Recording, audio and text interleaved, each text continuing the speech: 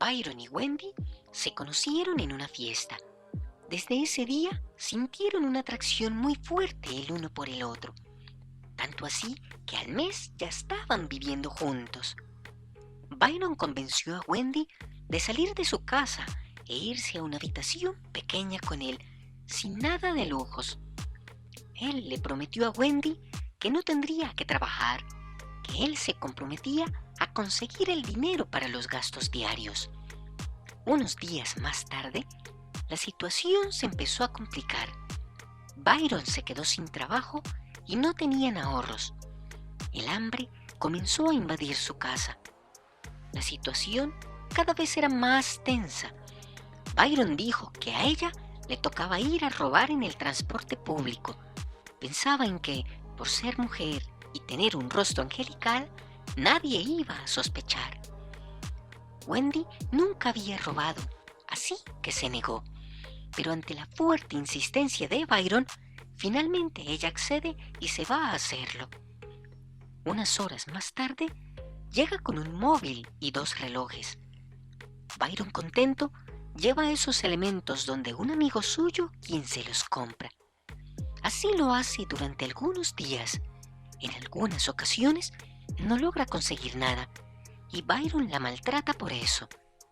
Inicialmente fue solo verbalmente, pero últimamente Wendy ha recibido algunos golpes por parte de su pareja. Uno de los robos fue diferente. En una esquina, un hombre estaba esperando que cambiara el semáforo para cruzar la calle.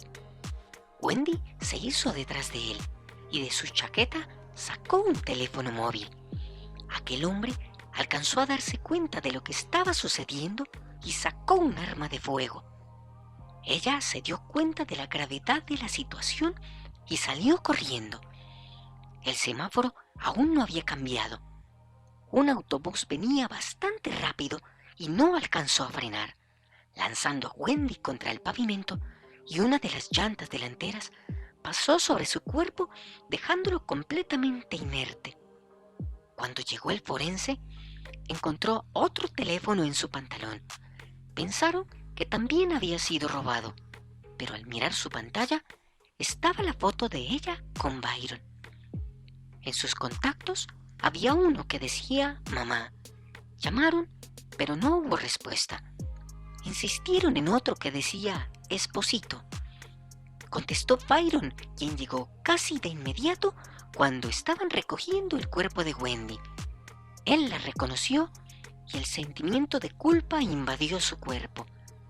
No pudo contener más las lágrimas y lloraba con profundo dolor sobre ella. Esa noche, Byron no pudo dormir. Solamente lloraba y llamaba a Wendy. Al día siguiente, Byron no quiso salir de su habitación. No quiso comer, no quiso bañarse. Se quedó tendido en su cama todo el día con una foto de Wendy que sacó de su billetera. Así pasaron muchos días y noches. Byron solo lloraba. El cargo de conciencia lo estaba matando, hasta que finalmente lo logró.